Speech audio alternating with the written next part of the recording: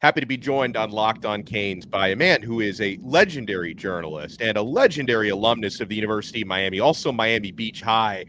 He's won more Emmys than I will ever dream of winning. 7-time Emmy Award winner, 7-time Ace Award winner as well. Roy Firestone joins me and the truth teller, Bruce Warner. Roy, thank you so much for stopping by. How are you? Alex, Bruce, great to see you. Go Canes, right? We're going to talk Canes and some other stuff too, right? Yeah, absolutely. Because Roy is Alex, can you believe that you and I are interviewing him, the king of the interview, and we're interviewing him? It ain't that big. The goal is someday Roy will interview us. Right there, you go. We ain't winning any awards, Alex. Hey, speak for yourself. I love any show where I can at least talk some Canes, because you start doing these national shows, and I've done a lot of them. They don't really want to talk about Miami football, but this one does, and that's my favorite passion of all, Miami football. And I go way back. I graduated way back in the late 70s, and I saw a lot of crummy teams, a lot of bad teams, and I saw a lot of empty stadiums, although sometimes we still have some empty stadiums too. But I endured a lot, and I really feel very optimistic that this program is moving in the right direction. It may not have looked like it in the first 2 years. Right. Trust me, folks, we're on our way. And I'm not saying national championship next year or the year after, but I'm going to say very, very fun to watch, which is really all you can ask for as a fan, I think. Is my team entertaining? Is it an exciting team to watch? I think 9-10 wins. Last year should have had 8 wins for sure. So I'm very optimistic, very bullish on the program. Yeah, 12-13 isn't exactly something to get that excited about. But coming off of 12-13, he had the number 3 or 4 recruiting class. He's done a hell of a job. But despite all that, Roy, you agree with this? Without Cam Ward, we would not be this excited. I think we were looking at a potential disaster. And by the way, we haven't decided yet, and we haven't seen yet what he can do. Right. It's not likely he's gonna flop, but sometimes expectations are very, very high. It's going to take a while. Don't forget, Van Dyke had opportunities for years to work relationships with his receivers, particularly Restrepo, and Cam Ward's starting from scratch, and he's starting a new system, new coaches. So I think it's good that the schedule with Florida is going to might be a tough game early to open up with, but for the early part of the season is a fairly light schedule until there's a couple of tough games, but for the most part it ain't even as tough as last year's schedule. Right. They played Texas A&M last year. They played Clemson. They beat them both. A couple of breaks. I think for sure you take the knee and you're 8-4 regular season. With a couple of breaks, they could have had 9 or 10 wins last year. Just a couple of breaks. And I don't blame everyone want to blame Van Dyke on just about everything. I don't blame him for everything at all. I think he had some bad games, but I think there were a lot of holes in a lot of areas, particularly linebackers and secondary issues. But a couple of breaks, they could have won 9 games last year. So I really mean this. My kids are very big Cane fans. We're all graduates of Miami. Awesome. They were more down on Mario at the end of last year. I said, he made some mistakes, clock management, and also the knee. Of course, the knee is going to haunt him, I think, for his career. I don't think people are going to ever stop talking about it. And, unfairly or unfairly, that's too bad. But I was much more bullish than they were on even last year's team. And they've got some real talent coming up. They've lost some talent, too. But I think they've got some real talent coming forward. Yeah, and you've interviewed. I didn't really see him do that much when he was here. So I don't know if it's that difficult to replace him. Yeah, he's got a big upside, but I really didn't see it. Did you? Now, who are we talking about now? I missed that. Taylor, the defensive lineman. Yeah, well, it's funny. There are certain players that went to the NFL. I mean, Cam Kitchens was a really good player. But was he a first rounder, or he may end up being for someone that may see something they like and make him a first rounder? But he didn't play like a first rounder last year. He had a lot of gaps. He had some good games. He had a good game against Texas A&M. Right. But he was beaten a lot. He was out of coverage a lot. Same thing with Taylor, I think, is another one. James Williams out of place. James Williams was hot and cold, and he was, to me, he was a walking unsportsmanlike conduct penalty. This guy, he must have had, in the years that I watched him, he must have had 5 or 6 targeting or unsportsmanlike conduct penalties, which is just unacceptable. I don't think he played. And by the way, they also have him at linebacker now. Right. Yes. Yeah. I don't know if you saw that. Play in the NFL. The pros are looking at him as a linebacker, but I just think that the players that they've got, and I think Cam Ward's going to be a slight upgrade from Van Dyke. He throws the ball well, but he runs really well, and he knows how to move the pocket, which is something that Van Dyke didn't do. What Van Dyke really did do, and everyone called him Van Dimes, when he was accurate, boy, would he throw a great ball. Yeah. But he was sort of one-dimensional. He didn't run particularly well, although he ran better than people thought he did, I thought, because he had not speed, but he could run with the football. There were a couple of delay plays where he would play. He would keep the ball and roll out and hold on to it and run. There were a couple of plays like that last year, but for the most part, he was sort of a stand back there and toss and throw it over the middle. He made some bad decisions, but some decisions were not his fault. Some guys were out of position when he threw interceptions. I wish the guy well, and Bruce and I were talking about this yesterday. If you're a decent person, you want to see the kid do well. Why would you want to root against him because he left Miami? That's his call, and that's the nature of, we'll talk about in a second. That's the nature of portal. That's the nature of NIL right now. People are going to go wherever they feel like they want to go, either for more money or better opportunity. God bless them, man. I wish the kid to have a great season. I hope they play us, say, in the Orange Bowl, say, and we kick their ass. But I do think that Van Dyke took a fairly bad rap, and I think the real reason he left, I think he was embarrassed getting benched. I think that was as big as anything else. Mm-hmm. I think he tired of being the whipping boy. Right. And he wanted a fresh start, and he's got it. Yeah. And I'll add to this, fellas, that this could be a situation where it could work out best for all parties. Because I think Tyler Van Dyke, a change of scenery, because he can obviously play. He can throw the football. Definitely. Maybe he can, and Phil Longo, the offensive coordinator over there, they can connect a little bit better. He can find a system that works better for him, and he can make the most of this second opportunity.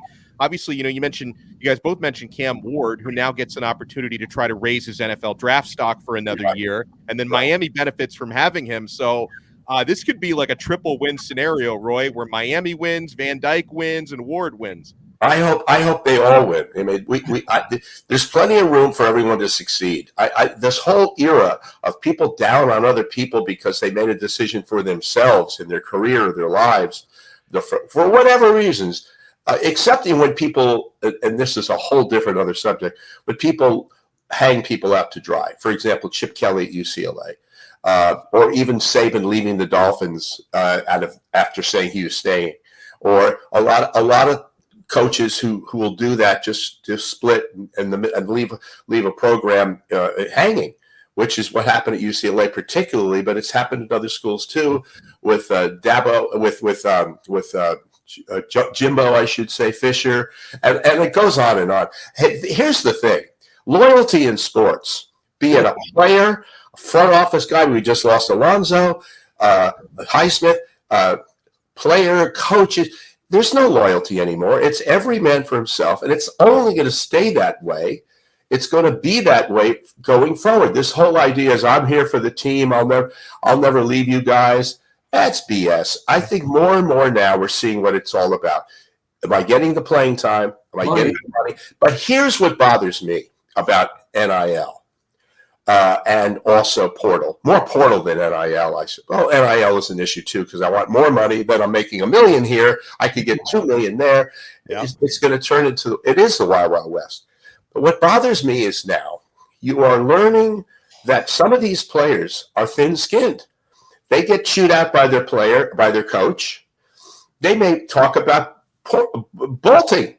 They'll get in the portal. And I think it sets a really bad example for a young person to not handle adversity. If he doesn't like the way he's being talked to, if he doesn't like that he was benched. In many cases, or at least in some often cases, these kids go because they didn't like the way they were treated. Guess what? Life doesn't treat you well all the time. I think part of the education, both at college or just in learning life lessons, is dealing with adversity, dealing with people giving you a hard time, people getting in your face. How do you think Vince Lombardi would have done in college football now, chewing these kids out? Or Shula. Some of these guys, they get into people's faces and the kids don't like it. And maybe it's money, but maybe it's also they didn't like the way they were talked to, or their parents get in the middle of it. You shouldn't have to take that. You were benched. Get on the portal after the season. Well, I think that's what happened with Van Dyke. I really do. Well, and also what you're describing, Jimmy Johnson, because he wasn't. Well, and what Roy was describing, I think happened a lot with Nick Saban. I think that's one of the reasons why he decided to hang it up. Because I remember when Nick Saban was coaching the Dolphins, players didn't tolerate getting chewed out. A lot of the players were making more money than the coach was. Right. Now that's happening in college. They weren't making more money than Saban, but now these college players, some of them are making seven figures. Well, let me tell you something. Caleb Williams at SC was making more money at one point than he would have as a first-round draft pick of the National Football League. Right. And we're going to see it more and more. And I think, what do you think? Lamar Jackson was recruited by Miami. They even, I think, had him at one point. I don't know if he had actually signed, but then he bolted, of course, to Louisville. But what do you think Lamar Jackson would command now as a freshman in college with all the skills that he has? If he's better than Caleb Williams, he would have made $5 million, $6 million before he even graduated. And that was Lamar Thomas's doing, because Lamar got him to Louisville. Yeah. Is that right? Yeah, that's true. Yeah. I didn't know that. Wow. Yeah, but Roy, I think some of this stuff starts in high school. When these kids are having press conferences, this is as well as they say the same thing that LeBron said. I'm taking my talents for the next 3 to 4 years to Miami. Their asses are halfway out the door before they sign the paper. Let me tell you something. I think let me turn this phone off. Hold on. Excuse me. That's your Beatles. You love those Beatles. I was going to say, I like the Beatles music. We'll talk about that in a second if you want.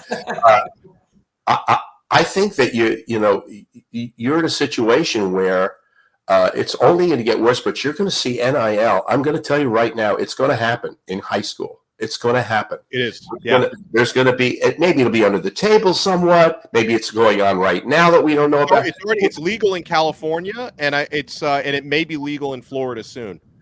But you're going to see a kid move from let's say a kid's living in Compton, suddenly he's in a Beverly Hills high school. What's he doing in Beverly Hills high school? Well, that's a form of NIL. There's probably people get. We saw it there was a kid named Cassius. He was an agent's son. But he was a basketball player here in Los Angeles, and he moved like 3 times, 3 different schools, just so he could be showcased. And now he ended up in Vegas. So we saw this a lot, and we're seeing it more. I think they need to do something, and they better get it done pretty soon because it's getting out of hand. It really is. Yeah, and I want to continue this conversation with the state of college sports, and I do want to talk more about Miami because not only is Roy clearly up to speed on everything going on now, he's forgotten more about the glory days than most of us will ever remember. So, my friends, we are only getting started on this brand new episode of Locked On Canes. The truth teller and his very good friend Roy Firestone are on with us right here. Keep it locked on the Locked On Podcast Network. Guys, I know you're keeping it locked to FanDuel, especially after the weekend we just had. I won some money on Super Sunday. I hope you guys did as well. And we're full speed ahead now into basketball. Get buckets with your first bet on FanDuel, America's #1 sportsbook. Because right now, new customers get $150 in bonus bets with any winning $5 bet. That's $150 if your bet wins. So bet on all your favorite NBA players and teams with quick bets, live same-game parlays, exclusive props, and so much more. Just visit FanDuel.com/lockedon and shoot your shot. FanDuel, official sportsbook partner of the NBA. Passion, drive, emotion, patience. What brings home the winning trophy is also what keeps your ride or die alive.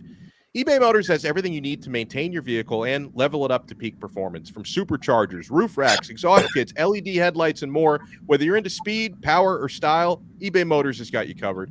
With over 122 million parts for your number one ride or die, you'll always find exactly what you're looking for. And with eBay Guaranteed Fit, your part is guaranteed to fit your ride every time or your money back. Because with eBay Motors, you're burning rubber, not cash. With all the parts you need at the prices you want, it's easy to turn your car into the MVP and bring home that win. Keep your ride or die alive at ebaymotors.com. Eligible items only. Exclusions apply. eBay Guaranteed Fit only available to U.S. customers. Here on a Truth Teller Tuesday, Bruce Warner and I are joined by Roy Firestone. So, Roy, I remember watching. You did a series for Kane Sport.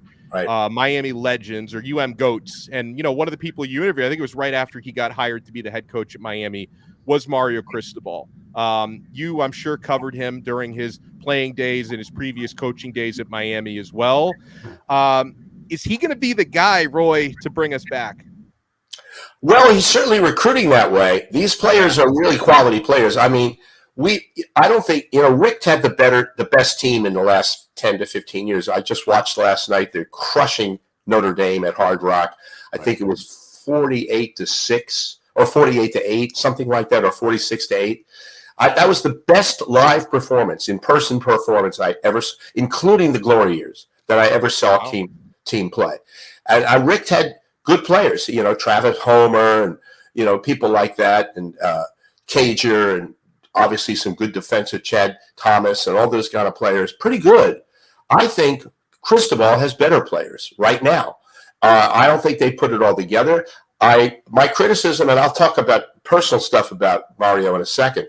I think the criticism is he's not a game manager, not a great in-game coach, but he's still a relatively new in-game. I mean, he's obviously at Oregon, FIU. He was assistant in Alabama, but he didn't call the games. But I think he's going to learn. I think he learned a big lesson, a sad lesson in that knee thing. Yeah. But he also has had tough issues with timeouts. He gets a little stubborn. But I think the jury's still out, Alex, and Bruce. I think that we don't know yet what it's going to mean. But things are so constantly fluid. These players leaving and coming, and he knows how to work a portal too. Yes. Alonzo Highsmith helped him a lot. He just left. But I think that the personnel that we're getting, the Miami Hurricane program is getting, is a lot because of Mario. This guy is indefatigable. He is just absolutely doesn't get tired. This guy's on the road. I don't even know what it's like in his family life, because this guy is always on the road recruiting. Well, I often say the key to a happy marriage is, the wife seeing you as little as possible. He may be making that work for him. Right. Well, so let me get back. I got to tell you a quick story about, I don't know if you know all this stuff, but when Mario played at Miami, he had a Jones for he missed the game so much, and he was trying to do something. He may have done real estate or something when he got out. He was very unhappy, and he used to walk around the campus and want to watch practices. And he would go to practices. He would be on a bicycle. I think he told me once. He would ride his bicycle to the program and Erickson and watch these guys play. And I tell you, he just finally got talked into saying, "Why don't you be a assistant, one of those registered assistants?" Graduate assistant, correct. Thank you. And he worked his way up, and he learned so much about recruiting. I mean, he could be the best recruiter in college football right now. Yeah. He's certainly top 3. And the only thing that I worry about is, can this guy translate his players, his talent, into wins? And I think he made some mistakes. I think he copped to them. I think some of the players' performances were flawed last year. A couple of breaks, and as I really said earlier, for sure we won 8 wins, but we bought it with no knee. But we could have won 9, maybe even 10. I think he's going to get the players, and there's some kids that he's got for 2025 that are even better than he's got for 2024. He is a monster recruiter. Yeah, he is. I'll tell you one thing he did tell me. He and his brother used to wrestle. They were big into wrestling. They'd go to the Miami Beach Auditorium to watch wrestling. That was their whole thing. And they beat the hell out of each other, both at home. I think his brother, was it his brother's son who played on the team this year? I think it was. Yes, center. Yeah. But Mario was telling me about at wrestling how they would beat the crap out of each other, and they just were so competitive. But they always had the love for the Canes. I would rather have a guy who makes mistakes, and I know there's a lot of criticism of him after last year and some of the game management, but is learning, but can still bring players in. Mm-hmm. Man, I will tell you, that's good. If you can't bring in the quality players, I don't care who you are. Boise State isn't going to win a national championship anymore. They were not even going to be in the, they were at one point, if you remember, a top 10 team a few years ago. It ain't going to happen anymore. Now it's all about money and recruits. Right. And if they can find a way to, maybe he can defer a little bit to offensive coordinator Dawson or one of those guys, maybe have a game manager kind of keep an eye on the clock. I think he could do really, really well. And I think the jury is still out. Is he a great coach? Maybe not right now, but, give him some time. Let this guy be around for 10 years or 8 years and see what happens. Right. And that's where Ward comes in, because Ward, to me, you talk about Reggie and the straw that stirs the drink. This guy has got to be the straw that stirs the drink. Well, we'll see. I mean, again, it takes. We don't know. We don't know what he can do. He hasn't had any time with these players yet. I know, but what he can do that Van Dyke couldn't do was make something out of nothing. You saw Mahomes? That's what I'm expecting. He has a little bit of Mahomes in him. He does. He does. He even throws the other hand. He does this a lot. Yeah, so if he can do a little of the escapability and make something when there's nothing happening, that's where I think could be the difference this season. Well, you talked about yesterday, we need a blue chip wide receiver. That's a big one. Well, they got Trader, I think, coming in, who's supposed to be a stud. I want to know what happened to him. I want to see Ray get in the mix a little bit because of his blinding speed. He reminds me he could be a Tyreek Hill type threat eventually. Of course, he's not Tyreek Hill yet, but he's so fast. It bears coverage. People have to watch him, and that opens things up for people like Cristobal. I think Kobe Young was a loss. I do. I think he was a good player for us. He went to Georgia. But I do think if they can get one more quality receiver, maybe in the portal, and we won't know that till April, I guess, right? Yes. Right. I think they're going to be a very scary team. I really do. I think Alex agrees. I'm hoping it's Isaiah Horton because the kid's been here 2 years. He's shown flashes. Yeah.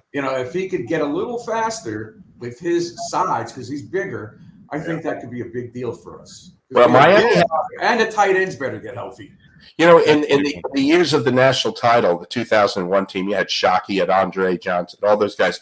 But we had small players too, small receivers too. Yeah. And they were effective. I think size is great, but speed kills, man. And Santana Moss, if you get some fast guys, and by the way, Devin Hester is going to the Hall of Fame, right? Is that right? Right, he's in, and Andre Johnson is in too. Right, just got in. So I did I don't have the picture in front of me, but I did the Welcome Back Canes in 2001. And it was with Larry Coker. It was at the Breezeway at Miami on campus. There were about, I want to say, 10 or 12 NFL players on that team, maybe 15. And 4 of them are in the Hall of Fame now. Right. Wow. I mean, this was an incredible collection. And Butch Davis deserves a ton of credit for that era. He didn't get the credit. Larry Coker was the beneficiary. Not that Larry didn't do a decent job. He did a fine job. But the players are what make the difference. If you have the players and you can coach a little bit, look out. And I think we'll see, but I think that Mario's getting the players. I really do.